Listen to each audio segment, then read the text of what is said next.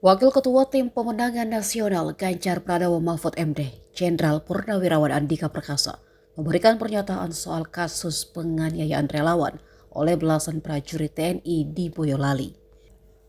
Menurut mantan Panglima TNI ini, penganiayaan dilakukan langsung dan tanpa adanya proses kesalahpahaman. Ia mengatakan, dari video terlihat jika para relawan langsung diserang. Dan bukan seperti kronologi yang diungkapkan oleh Dandim Boyolali, Letkol Infantri Wiweko Wulang Widodo. Andika menduga pernyataan Letkol Wiweko itu disampaikan usai dirinya menerima laporan dari prajurit di level bawah terkait kejadian tersebut. Kata Andika, seharusnya informasi itu tidak diterima mentah-mentah oleh Letkol Wiweko. Sebelumnya, Dandim Boyolali mengatakan penganiayaan terjadi akibat kesalahpahaman. Menurutnya, aksi penganiayaan oleh oknum TNI itu terjadi secara spontan. Dikarenakan suara bising knalpot brong yang digunakan para relawan ketika melintas di depan markas Kompi B Yonif Rider 408 Boyolali, Jalan Perintis Kemerdekaan.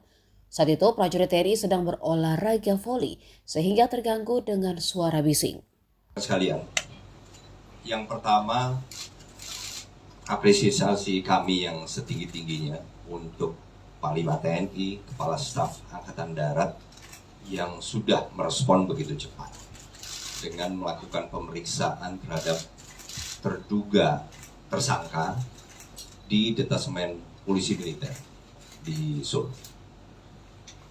Tapi memang saya ingin menyoroti salah satu bagi saya adalah potensi kelemahan, yaitu statement dari Komandan Kodim Boyolali.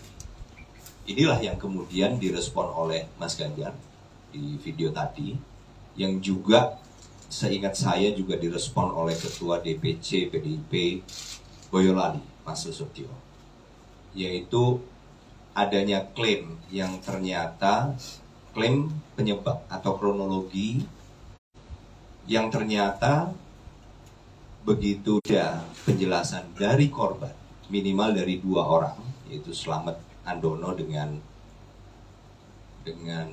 Diva Arif Ramandani. Ini ternyata mengkonfirmasi apa yang terlihat di video. Jadi bukan seperti statement yang dinyatakan oleh Komandan Kodim Boyolali. Di statement itu antara lain dinyatakan salah satunya bahwa ini adalah kesalahpahaman antara dua pihak. Padahal kan dari video yang beredar, dan video itu beredar lebih dulu dibandingkan dengan statement Komandan Kodim.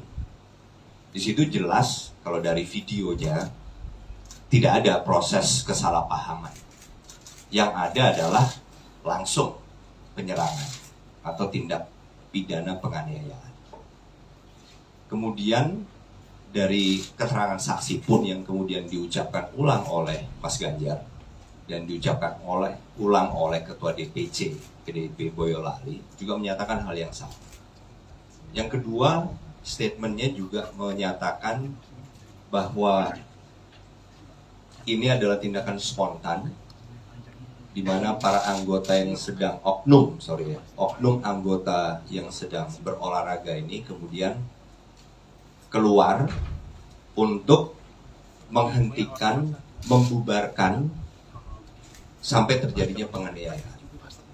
Jadi ini menurut saya adalah pengambilan keterangan di level bawah.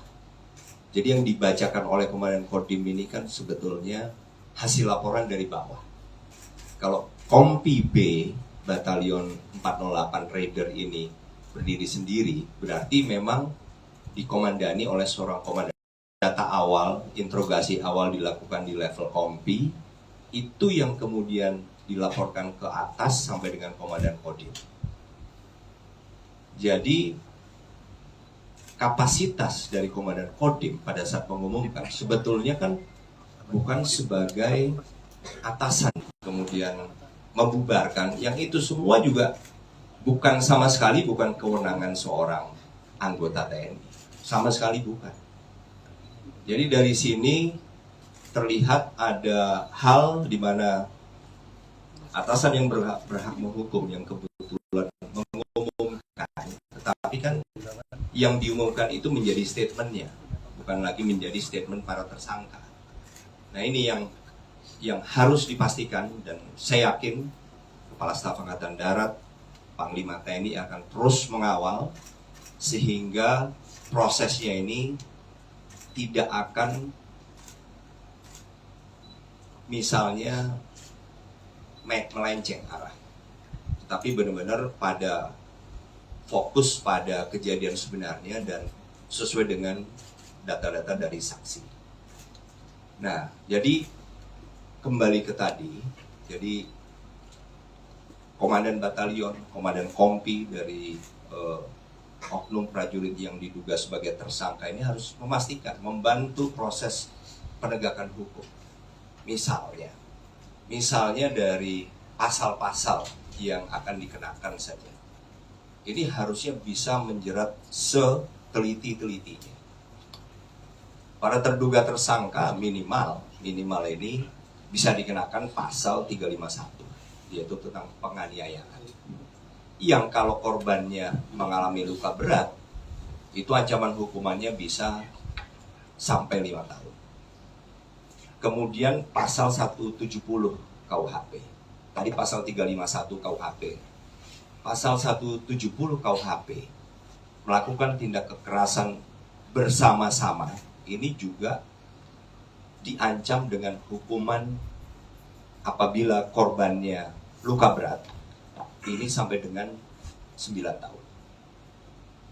Belum lagi ada.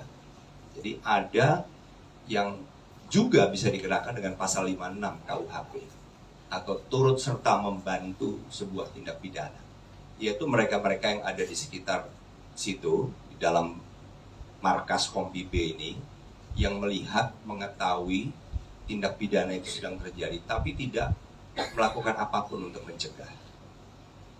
Dan ini semua harus dilakukan secara teliti, sehingga semua yang terlibat ini bukan hanya yang melakukan tindak penganiayaan, tetapi juga yang membantu tindak pidana penganiayaan ini terjadi dan tidak ada yang menghentikan.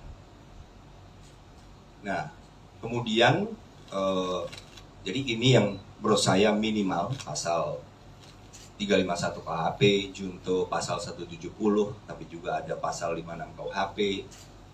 Dan juga yang jelas kita akan selalu mengingatkan melalui tim hukum dipimpin oleh Mas Todo Mulya Lubis bahwa memang ada dalam Undang-Undang Nomor 31 tahun 97, khususnya pasal 183, ini memungkinkan penggabungan antara gugatan ganti rugi dengan tindak pidananya.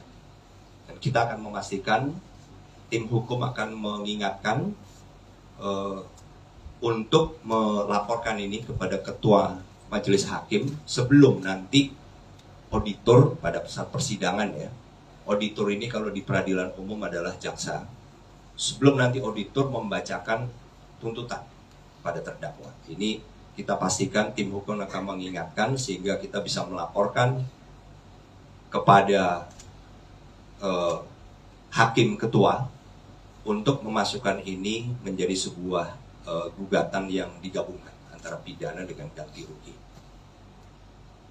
Jadi hal-hal inilah yang kemudian kita akan kawal, termasuk salah satu kemungkinan adanya pasal tambahan, yaitu pasal 333 KUHP, yaitu merampas kemerdekaan dengan menyekap, dan apabila yang dirampas kemerdekaan dan disekap ini kemudian luka berat, jadi tuntutan hukumannya juga 9 tahun.